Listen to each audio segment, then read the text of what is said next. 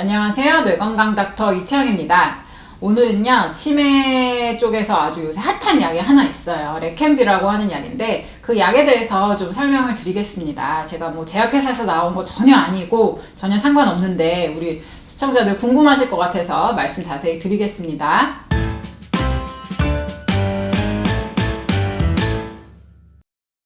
레켐비 이제 올해 말, 그러니까 2024년 말 정도에 우리나라에서 시판이 될 것으로 예상이 되고요. 미국이랑 일본에서는 현재 시판이 되고 있는 약입니다. 근데 이거는 치매 조절제예요. 그러니까 이 말이 무슨 말이냐면 이미 나빠진 인지기능, 그러니까 머리의 상태를 좋은 쪽으로 되돌리는 약은 아니고 대신 나빠지는 속도를 좀 늦춰주는, 천천히 나빠지게끔 하는 그런 약입니다. 그럼 어떤 분들이 투여 대상이 될까요?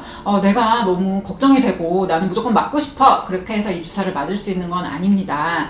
반드시 병원에 가셔서 일단 검사를 제대로 받으셔야 돼요. 내 인지 기능에 대한 검사, 내 뇌 기능에 대한 검사를 받으셔서 진단이 경도인지 장애 혹은 초기 알츠하이머 치매 이렇게 나와야만 투여 대상이 되는 것이고, 예를 들어서 증상은 있는데 검사가 정상이라든지 아니면 치매이긴 한데 중간 이상으로 너무 진행이 된 경우는 현재까지는 투여 대상이 아닙니다. 그러면 어느 병원에 가서 이 주사를 맞으면 될까요? 그냥 이건 이제 처음 나오는 약이기 때문에 사실 아무 병원에 가가지고 그냥 뭐 주사를 투여받을 수 있게 될 것 같지는 않아요. 그러니까 무슨 말이냐면 기본적으로 이제 2주에 한 번씩 맞는 그런 약인데 MRI랑 또 머리 펫 검사가 같이 필요한 검사이기 때문에 아마도 이런 것들이 갖춰진 대학병원이나 아니면 종합병원에서도 좀 규모가 있는 곳들, 아마 그 정도 병원급에서만 처방이 될 수 있을 거라고 생각합니다.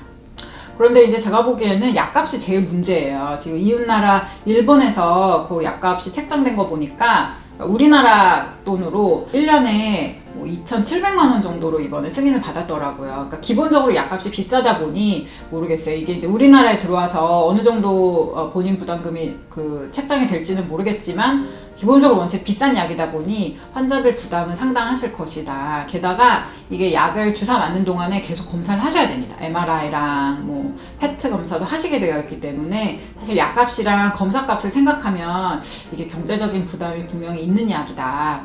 그렇게 예상이 됩니다. 하지만 우리나라에서 정확히 얼마가 될지는 아직까지는 모릅니다.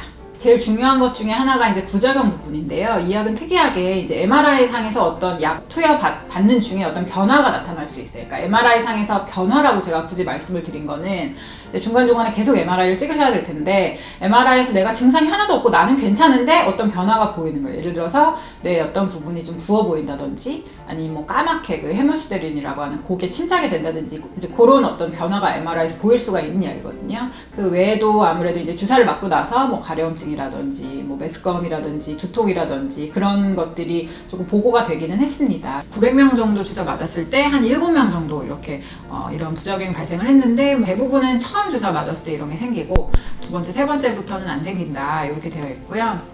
그다음에 이제 아주 드물고 이제 뇌출혈에 대한 얘기도 있는데, 이제 기본적으로 알츠하이머 그 병 있는 분들이 뇌출혈이 잘 생기는 데다가 그다음에 또 뭐 어떤 항응고제, 다른 병으로 인해서 피가 묽어지는, 출혈이 잘 생기는 그런 약을 같이 드시고 있는 경우도 있어서 사실은 이 약 때문에 뇌출혈이 잘 생기는 건지 또 아니면 그냥 뇌출혈이 생길 만한 분이어서 생긴 건지는 조금 명확하지가 않고, 그 다음에 만약에 생긴다고 해도 뇌출혈은 굉장히 드문 부작용이다 이렇게 생각하시면 되겠습니다.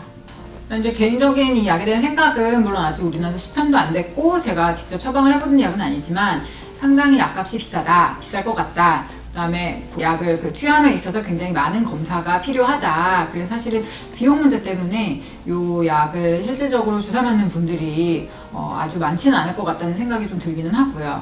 생각보다 조심스러운 얘기긴 하지만 부작용이 심할 것 같지는 않다. 일단 이렇게 나와 있는 데이터만 보면요, 그 정도 생각입니다. 또 연구 결과에서 한 가지 또 흥미로운 점은요, 치매 환자도 사실은 다양하거든요. 뭐 고혈압이 있는 분, 뭐 당뇨, 고지혈증, 그 다음에 뭐 기존에 치매 약을 먹었느냐 안 먹었느냐, 근데 그런 다양한 점이랑 상관없이 모두 다 모든 환자한테 다 효과가 있었다고 합니다.